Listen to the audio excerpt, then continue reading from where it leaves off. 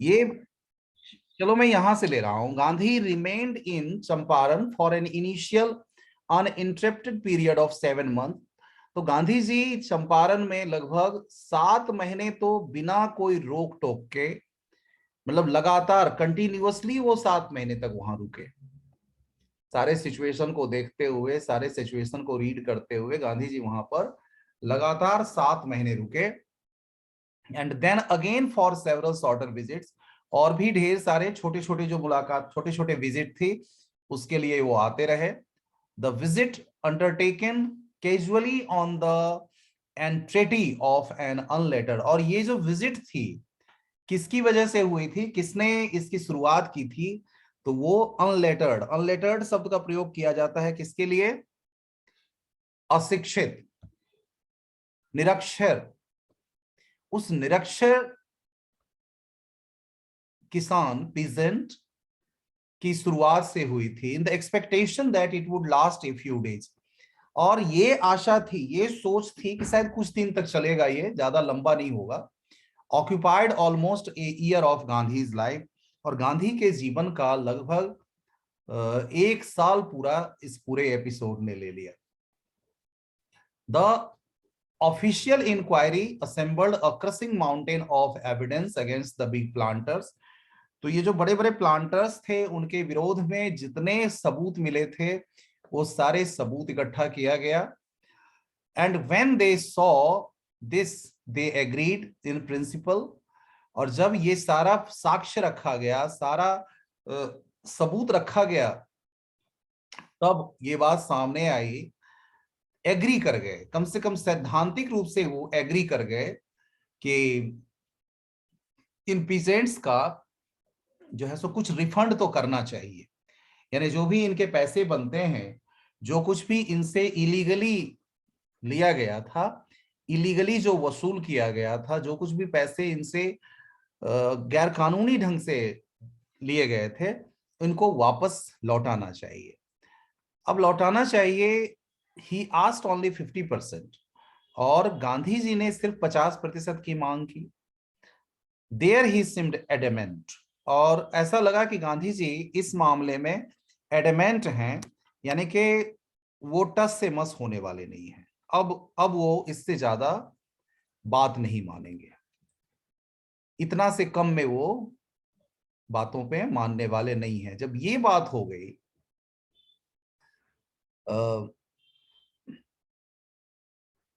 है ना, कि in principle to make refunds to the peasants, but how much must we pay, they asked. Gandhi ji से जब पूछा कितना हमें पे करना पड़ेगा, they thought he would demand repayment. उन लोगों को ये लगता था, जमींदारों को, कि गांधी जी फुल रिपेमेंट की बात करेंगे, सारा पैसा डिमांड करेंगे।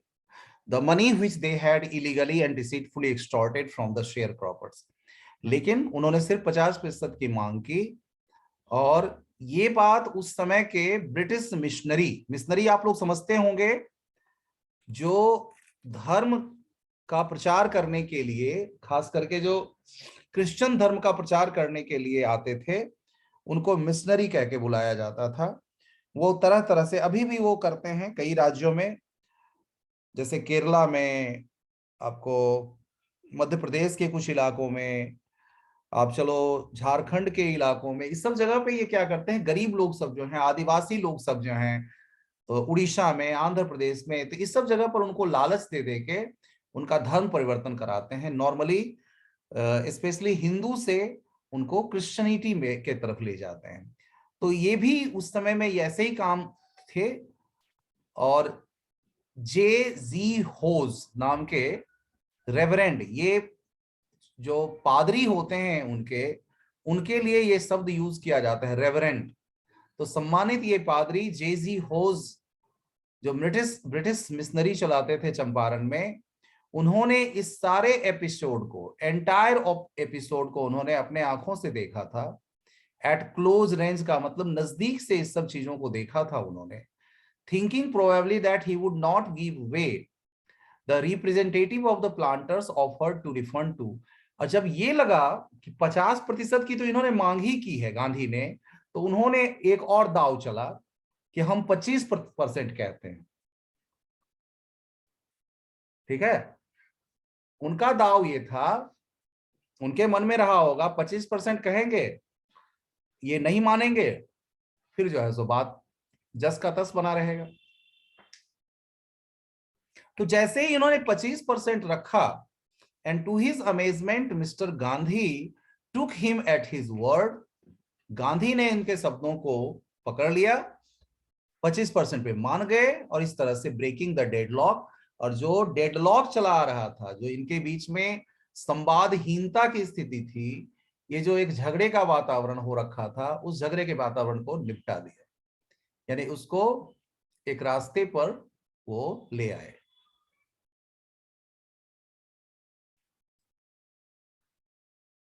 This settlement was adopted unanimously, और इस सेटलमेंट को यूनैनिमसली एडॉप्ट कर लिया गया, यानी कि सबने मान लिया, सबने उस पर हामी भर दी।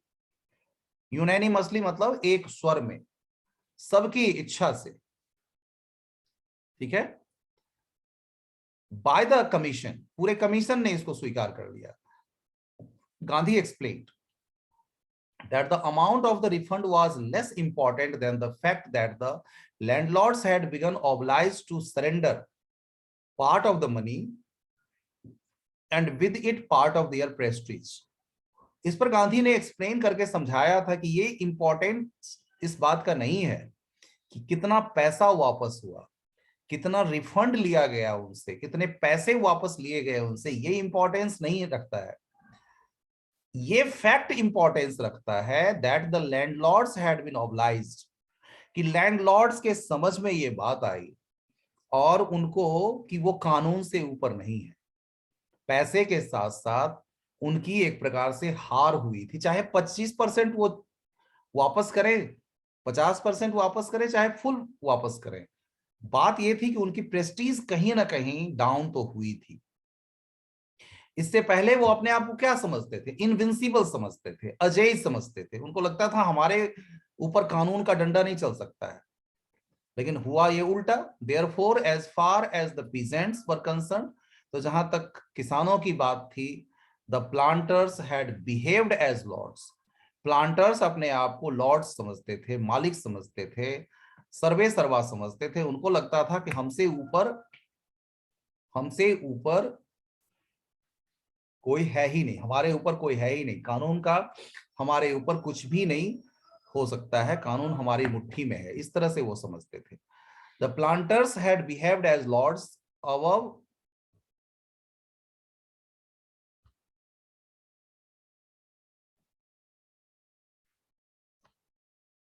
द लॉ, यानी अपने आप को कानून से ऊपर समझते थे। Now the peasant saw that, अब किसानों को कहीं ना कहीं लगा था कि ही हैड राइट्स, कि उनके भी कानून है, उनके भी अधिकार हैं, उनका भी कोई डिफेंड करने वाला है, उनका भी कोई पक्ष रखने वाला है, वो भी अपनी हक की लड़ाई लड़ सकते हैं। और पूरे एपिसोड में अगर देखा जाए तो ही लर्नड करेज, उन्होंने साहस को महसूस किया था, उन्होंने सीखा था कि साहस क्या चीज होती है। और यह घटना जस्टिफाई करती है गांधी के पोजीशन को भी, गांधी का जो स्टेप था उसको भी ये कहीं ना कहीं उसको जस्टिफाई करता है। Within a few years, और कुछ सालों के अंदर ही, the British planters abandoned their states, British planters ने वो जगह छोड़ दी, वो वहां से चले गए, अपने अपनी जागीरें वापस कर दी। और जागीर ऑब्वियसली किनके पास चला गया, फिर वो जितने जो जो शेयर क्रॉपर्स थे उनको वो मिल गया। और तब से Indigo share cropping disappeared, Indigo की खेती फिर उसके बाद वहां से गायब हो गई, क्योंकि कोई जरूरत ही नहीं रह गई थी करने के लिए। Gandhi never contented himself with large, अब देखिए जब गांधी जिस काम के लिए आए थे अब ये खत्म हो चुका था, तो गांधी को ये काम हो गया, ठीक है भाई चलो अब हम लोग अपना अपना रास्ता लेते हैं, अपने अपने जगह पर चलते हैं। लेकिन ऐसे छोटी छोटी चीजों से Gandhi ji never contented himself with large political और इकोनॉमिक सॉल्यूशंस, कभी भी वो बड़े कोई राजनीतिक मतलब पक्ष को मजबूत कर लिया जाए, या राजनीतिक जीत कोई हासिल हो गई, बड़ी राजनीतिक जीत हासिल हो गई और वो खुश होके वहां से चल दिए, ऐसा गांधी का विचार नहीं होता था। गांधी उसको अलग ढंग से देखते थे। कोई इकोनॉमिक सॉल्यूशन हो गया उसके बाद वो चले जाएं, ऐसा नहीं करते थे। ही सॉ द, और एक चीज उन्होंने क्या देखा, he saw the cultural and social backwardness in the Champaran village, कि चंपारण के गांव में सोशल और कल्चरल बैकवर्डनेस भी उन्होंने देखा था, कि सामाजिक रूप से भी ये बड़े पिछड़े हुए थे, सामाजिक रूप से भी ये दबे कुचले थे, शिक्षा का कोई स्थान नहीं था, शिक्षा नाम की कोई चीज ही नहीं थी वहां पे, बैकवर्डनेस थी, मतलब कि बहुत पिछड़े हुए थे, पिछड़ापन था गांव में, चंपारण के गांव में। और इसके लिए गांधी जी कुछ करना चाहते थे, शिक्षा का प्रसार करना चाहते थे, शिक्षा वाली सोच का प्रसार करना चाहते थे, and wanted to do something about it, कुछ करना चाहते थे उसके बारे में इमीडिएटली, उसी समय, उसी क्षण। ही अपील्ड फॉर टीचर्स, उन्होंने टीचर्स की बात की, टीचरों से, जो जो उनके संपर्क में टीचर्स थे उन सब से आग्रह किया। उसमें महादेव देसाई और नरहरि पारिख नाम के दो यंग मैन, जो गांधी जी के शिष्य भी थे, who had just joined, Gandhi ji को अभी अभी ज्वाइन किया था उनके शिष्य के रूप में, और उनकी पत्नियां, ये दोनों वॉलंटियर्ड फॉर दी वर्क, इस काम को बढ़ाने के लिए आगे आए। Several more came from Bombay, और भी कई लोग उनका साथ देने के लिए आए, बॉम्बे से कुछ आए, कुछ पूना से आए, और अलग अलग पार्ट से भी आए। देवदास, गांधी जी का जो सबसे छोटा बेटा था, थे, छोटे बेटे थे, वो भी आए, आश्रम से आए, और साथ ही साथ मिसेस गांधी यानी कस्तूरबा भी आई। प्राइमरी स्कूल खोले गए, प्राइमरी स्कूल्स पर opened in 6 villages. Kasturbai taught the, अब कस्तूरबाई के जिम्मे जो था वो आश्रम के रूल्स बताना, फिर पर्सनल क्लीनलीनेस के बारे में बात करना कि अपने आप को कैसे साफ सुथरा रखें, और कम्युनिटी सैनिटेशन कैसे रखा जाए, इस पर ध्यान देना था। हेल्थ कंडीशंस वर मिजरेबल, जो हेल्थ की कंडीशन थी बड़ी दयनीय थी, जो स्वास्थ्य से संबंधित स्थिति थी वो बहुत दयनीय थी। Gandhi got a doctor to volunteer, Gandhi ने एक डॉक्टर को भी लाया सामने, डॉक्टर भी आए वॉलंटियर करने के लिए, यानी कि वहां साथ देने के लिए, 6 महीने के लिए वो साथ देने के लिए आए। 3 मेडिसिन वर अवेलेबल। देखिए उन दिनों के बैकवर्डनेस को समझिए, और वो कैसा एज था कि इतना साइंटिफिकली सब कुछ का आविष्कार नहीं हुआ था। दवाई के नाम पे वहां पर कैस्टर ऑयल, कुनैन और सल्फर ऑइंटमेंट ही मिलता था। ये 3 चीजें अवेलेबल थी, क्या क्या, कैस्टर ऑयल, कुनैन और सल्फर ऑइंटमेंट। एक तेल ही हो गया, आप तेल समझ ही गए होंगे, कैस्टर ऑयल का मतलब तेल हो गया, कुनैन एक टैबलेट हुआ करती थी, और सल्फर ऑइंटमेंट यानी सल्फर का गंधक होता है, सल्फर, उसका लेप तैयार किया जाता था, यही चीज होती थी। अब anybody who showed A coated टंग, अगर किसी को कोटेड टंग दिखता था, यानी जीभ जिसमें वो व्हाइटनेस वो जमी हुई हो, अगर कोटेड टंग्स था तो उनको was given a dose of castor oil, उनको कैस्टर ऑयल की डोज दे दी जाती थी। एनीबडी विद मलेरिया, जो मलेरिया का जिसमें मलेरिया का लक्षण होता था, मलेरिया फीवर का, तो उनको कुनैन और कैस्टर ऑयल, कुनैन की गोलियां और कैस्टर ऑयल दिया जाता था। और एनीबडी विद स्किन एरप्शंस, और किसी को अगर स्किन में घाव वगैरह हो रखा है तो received ointment plus castor oil, उसको कैस्टर ऑयल और एक ऑइंटमेंट यानी कि मलहम दे दिया जाता था। Gandhi noticed the filthy state of women's clothes, इसके अलावा गांधी जी ने एक और चीज देखा, महसूस किया कि औरतों के कपड़े जो थे वो बड़े गंदे थे। He asked Kasturbai to talk to them about it, उन्होंने अपनी पत्नी कस्तूरबाई से कहा कि इसके बारे में बात कीजिए आप, क्या समस्या है इनको। वन वुमन टुक कस्तूरबाई इनटू हर हट, इस बात को लेकर एक औरत वहां की कस्तूरबाई को अपने हट में ले गई, अपने झोपड़ी में ले गई और बोली, look there is no box or cupboard here for clothes, हमारे पास कोई बक्सा या कवर्ड नहीं है क्लॉथ को रखने के लिए, इसको क्या पढ़ते हैं? कबर्ड। कप बोर्ड नहीं, अलग अलग करके पढ़ेंगे। कबर्ड, पी जो है वो प्रोनाउंसिएट नहीं किया जाता है, साइलेंट है। Covered here for clothes. The sari, sari I am wearing is the only one I have. जो साड़ी मैं पहन रखी हूं एकमात्र वही साड़ी मेरे पास है।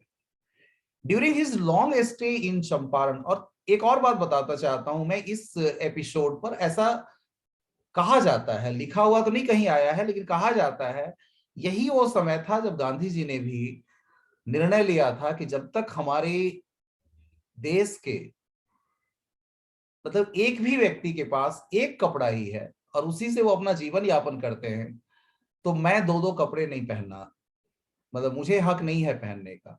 और बताया जाता है कि तब से गांधी जी ने एक ही धोती को मतलब आधा पहनते थे और उसी को कंधे पर रख के आधा जो है शरीर को ऊपर वाले हिस्से को ढक लेते थे। तब से उनका ये अपीयरेंस हो गया था।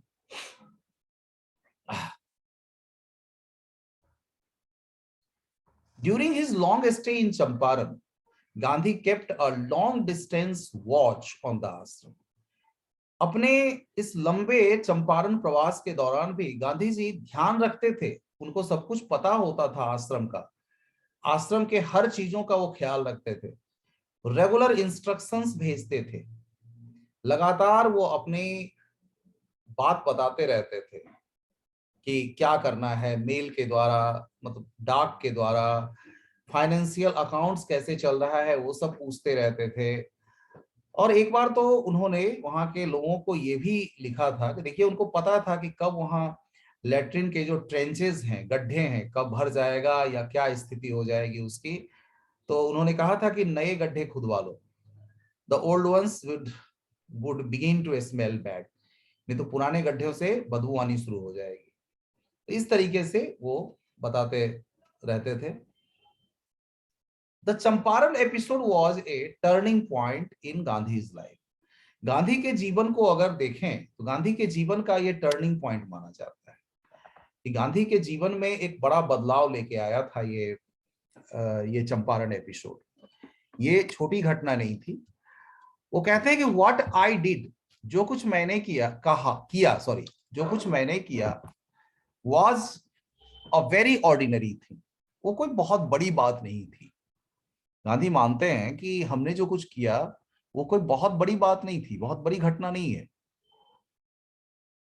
Was a very ordinary thing, एक साधारण बात थी। I declare that the British could not order me, मैंने सिर्फ यही बात को रखा कि अंग्रेज कौन होते हैं मुझे ऑर्डर देने वाले, अंग्रेजों का ऑर्डर मेरे लिए क्यों इंपॉर्टेंट है, क्यों मैं अंग्रेजों के ऑर्डर मानूंगा, वो मुझे ऑर्डर करने वाले कौन होते हैं कि मुझे कहाँ जाना चाहिए, मुझे क्या करना चाहिए अपने ही देश में, मेरे खुद के देश में वो मुझे ऑर्डर दें, ये कैसे हो सकता है। इसी चीज का हमने प्रोटेस्ट किया। I declare that the British could not order me, तो ब्रिटिश ये अंग्रेज कौन होते हैं मुझे ऑर्डर, हमें ऑर्डर देने वाले कि हमें अपने देश में कहाँ जाना चाहिए और कहाँ नहीं। But Champaran did not begin as an act of defiance. Champaran की घटना कोई ऐसी घटना नहीं है जो कि विरोध के स्वरूप में शुरू हुई थी, डेफियंस के रूप में शुरू हुई थी। It grew out of an attempt to alleviate the distress, बल्कि वो इसलिए शुरू हुई थी कि एक किसान, एक गरीब किसान ने वहां के अपने लोगों के दर्द और तकलीफ को समझा था और उसके लिए वो सॉल्यूशन ढूंढा था। This was the typical Gandhi pattern, और यही तरीका था गांधी का, जो एक खास पैटर्न था काम करने का, यही था। His politics were intertwined with the practical day to day problem, यानी अपने पॉलिटिक्स को वो दिन प्रतिदिन की काम से, दिन प्रतिदिन की घटनाओं से वो जोड़ते थे, उससे प्रैक्टिकलिटी ज्यादातर जोड़ते थे, प्रैक्टिकल चीजों को ज्यादा लाते थे वो, जो डे टू डे प्रॉब्लम उनकी होती थी या मिलियंस लोगों की जो डे टू डे प्रॉब्लम होती थी उसको वो उसमें ऐड करते थे। His was not a loyalty to abstractions, it was a loyalty to living human beings. मैंने बाहरी चीजों के प्रति उनका लगाव जो था बाहरी चीजों से नहीं था, उनका जीवित लोगों से था, संबंध था। वो जीवित लोगों के लिए सब कुछ करना चाहते थे। उनके इसमें जीवित लोगों के लिए, ह्यूमन बीइंग्स के लिए जो कुछ भी हो सकता था, ये वो करना चाहते थे और करते भी थे। वो करते भी थे।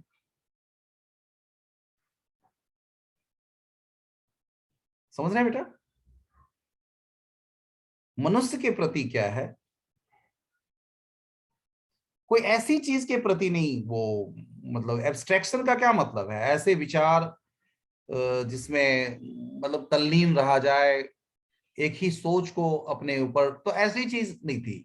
उसको वो लिविंग और ह्यूमन बीइंग से अगर वो जुड़ता है, उसके प्रति कुछ करके अच्छा किया जा सकता है, तो वो करते थे।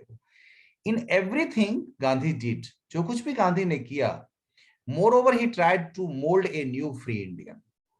उन्होंने कोशिश किया एक नए इंडियन को मोल्ड करने का, एक नए इंडियन को सामने लाने का। Who could stand on his own, जो अपने पैरों पर खड़ा हो सकता था, ऑन फीट, एंड दस मेक इंडिया फ्री, और इंडिया को फ्री कर सके। Early in the Champaran action, जहां तक चंपारण एक्शन की बात है, चार्ल्स फ्रियर इंड्रूस, जो इंग्लिश पैसिफिस्ट थे, who had become a devoted follower of the Mahatma, वो महात्मा गांधी के एक सच्चे अनुयायी बन गए थे। सच्चे, जिसको शिष्य कहते हैं, चेला कहते हैं, वो थे। Devoted follower of the Mahatma came to bid Gandhi farewell, वो गांधी से विदा मांगने आए थे, before going on a tour of duty to the, जो फिजी आइलैंड्स के टूर पे जा रहे थे, ड्यूटी पे जा रहे थे। गांधी लॉयर फ्रेंड्स, इस अवस्था को देखकर गांधी के जो लॉयर दोस्त थे, लॉयर फ्रेंड्स थे, जिसमें वो सारे लोग ही रहे होंगे जो कुछ भी वहां थे, उन्होंने एक प्रस्ताव रखा, समझाना चाहा गांधी जी को कि क्यों नहीं इनकी हेल्प ली जाए। चार्ल्स फ्रियर इंड्रूस का हेल्प लेके, और हमारी जो समस्या अंग्रेजों को लेकर है, उसका कुछ हल इनके द्वारा निकलवाया जाए। ठीक है, ये अच्छा होता। तो और एंड्रयू भी चाहते थे, Andrew was willing to do so, Andrews चाहते थे कि ऐसा कुछ करें, लेकिन शर्त यह था, इफ गांधी एग्रीड, अगर गांधी इस बात के लिए सहमत हो तो।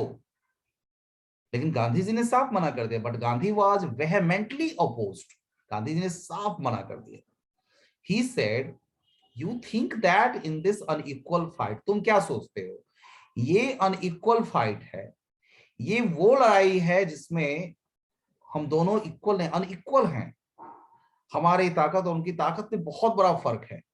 It would be helpful if, तो क्या हम एक अंग्रेज का साथ ले लें, इसलिए हम साथ ले लें Englishman, it would be helpful if we have an Englishman on our side, कि एक अंग्रेज व्यक्ति हमारे तरफ से हो, तो हमारे लिए ये काम आसान हो जाएगा। क्या हम ऐसा सोच के लड़ाई लड़ें?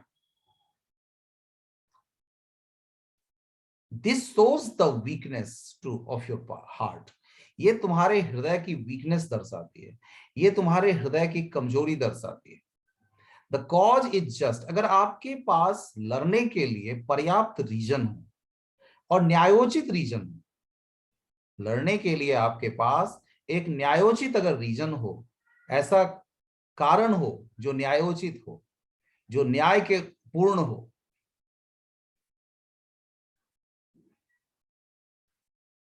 और आपका हृदय उसको मानता हो, तो आप निश्चित रूप से आगे बढ़िए और उस जीत हासिल होगी।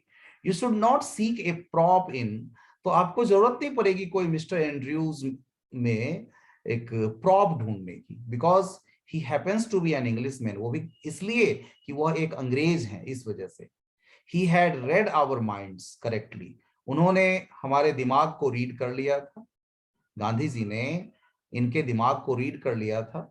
राजेंद्र प्रसाद ने उस समय इन चीजों को करते हुए कमेंट किया, and we had no reply, और हमारे पास कोई जवाब नहीं था।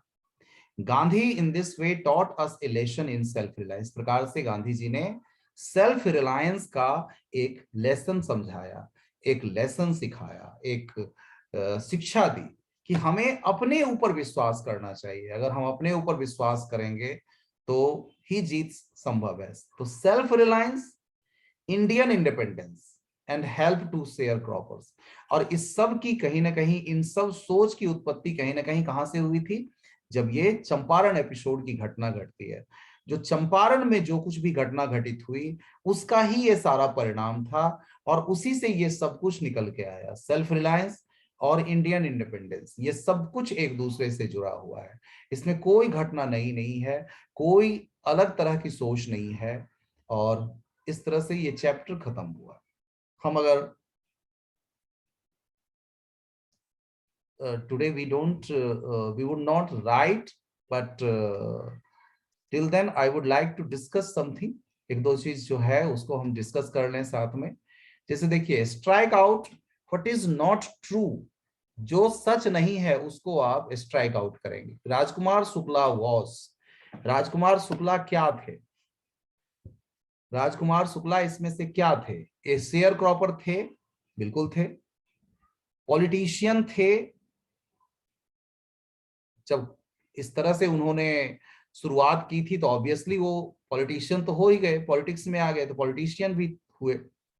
डेलीगेट थे, हाँ, वो जहां ये अधिवेशन था उस अधिवेशन को वो अटेंड करने के लिए आए थे, तो डेलीगेट्स भी थे, डेलीगेट भी थे।